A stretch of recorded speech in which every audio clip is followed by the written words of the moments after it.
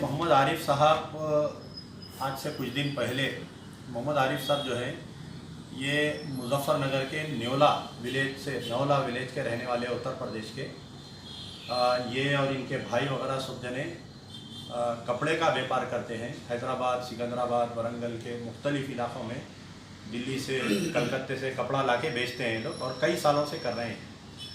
तो आज से कुछ दिन पहले आपको याद होगा कि 27 अप्रैल के दिन 2018 इनके भाई मोहम्मद अब्दुल मन्नान और इनके दूसरे दो चिचेरे भाई और उनके दोस्त अहबाब वरंगल में मोहम्मद शाहिद, शहजाद शाहिद और कोई लोग वरंगल में जो है वहाँ पर कपड़े का व्यापार कर रहे थे। तो अचानक 27 तारीख के दिन सुबह में कुछ पुलिस वाले आकर इनके भाई को, इनके दो चिचेरे भाइयों को और उनके दोस्तों को पुलिस उठाकर लेके गई। पहले एक मुकाम पर लेकर गई, फिर वहाँ पर उनकी झड़ती किए, आधार कार्ड चेक किए, पूरा चेक करे। उसके बाद में उनको फिर दूसरे मुकाम पर लेके गए। तो इस दरमियान ये हुआ कि इनके भाई की तबीयत ख़राब हुई, सीने में तकलीफ़ हुई।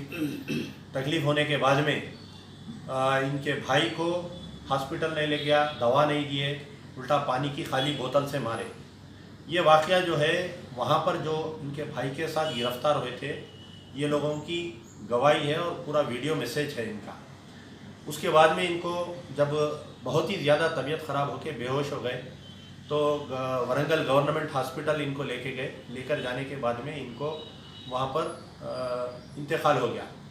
उसके बाद में जो है कि जैसे ही मुझे मालूम हुआ था हमने मुतालबा किया कि इसकी तहक़ीक़ात की जाए। मैं व्हाट्सएप मैसेजेस हमारे के.टी. रामाराव साहब को और director general of police IG Warangal को, इंस्पेक्टर जनरल इंटेलिजेंस को और वरंगल रेंज के आईजी को, कमिश्नर ऑफ पुलिस को हमने मैसेजेस किया। उसके बाद में एक crime number 144 of 2019 under section 174 of CRPC एक केस रजिस्टर हुआ।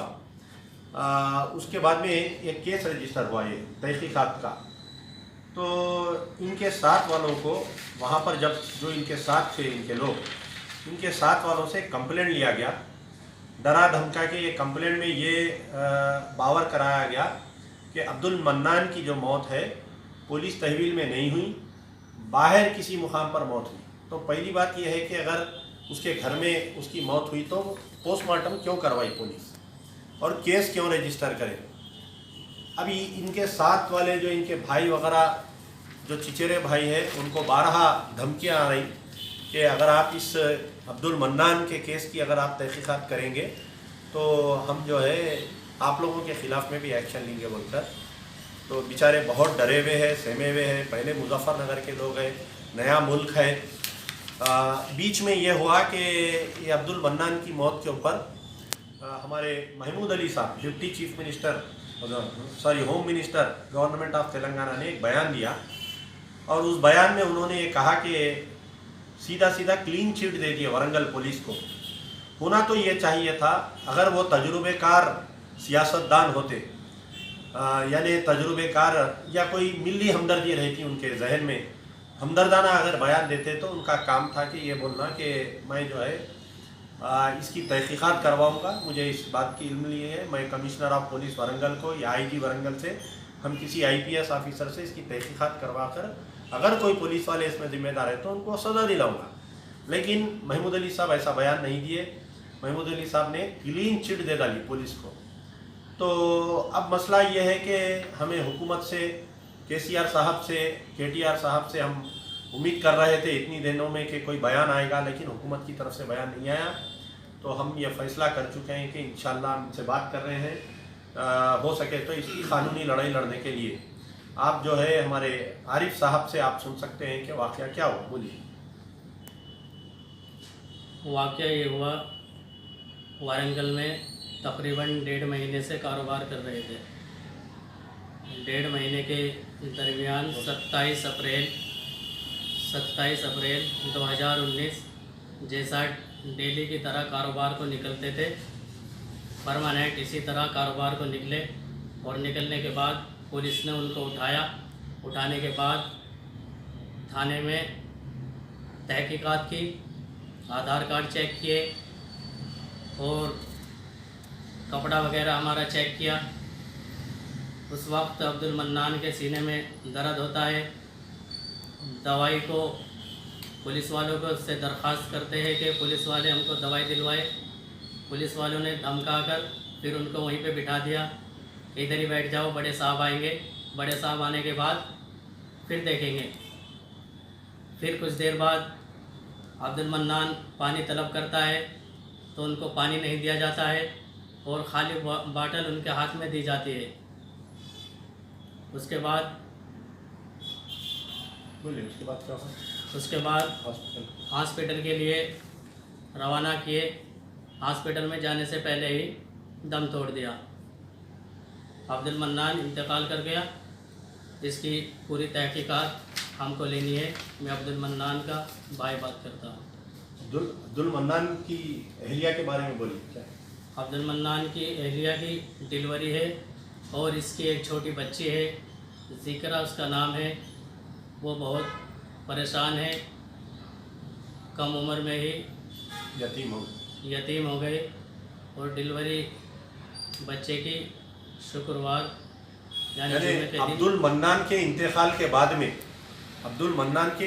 बाद में उनको एक लड़का पैदा हुआ, उनकी अहलिया को। तो एक अहलिया है, अब तो पैदा हुआ तो एक बच्चा है और एक मासूम बच्ची है। और इनके वालिद जो है बहुत ही ज़ईफ़ है। अल्लाह, क्या नाम है आपके वालिद साहब? अल्लाह बंदा इनके वालिद का नाम है, बहुत ही। तो हमारा मुतालिबा है कि KCR साहब से इनके भाई का मुतालिबा है कि ये लोग बहुत डरे हुए हैं। इनके साथियों को, इनको वरंगल पुलिस की तरफ से धमकियां आ रही और कुछ TRS के लीडर भी इसमें हैं। ये बात मैं बोलना वाज़ेह करूँगा कि इनको समझा रहे हैं कि आप लोग केस मत करो, हम कुछ पैसे दिलवा देंगे। तो हमारा मुतालिबा है कि पैसों से जो है कुछ होने वाला नहीं है, जान वापिस आने वाली नहीं है। हमारा मकसद ये केस लड़ने का ये है कि वरंगल पुलिस के कई शिकायतें आए हैं।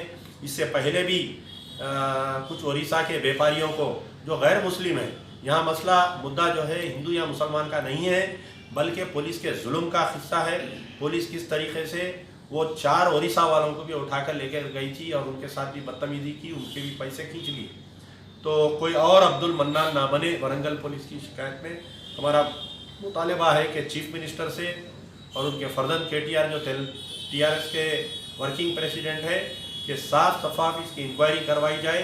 हाई कोर्ट सिटिंग जज से इंक्वायरी होनी चाहिए और ये अब्दुल मन्नान की जो अहलिया है उसको गवर्नमेंट ऑफ तेलंगाना की तरफ से सरकारी नौकरी देनी चाहिए।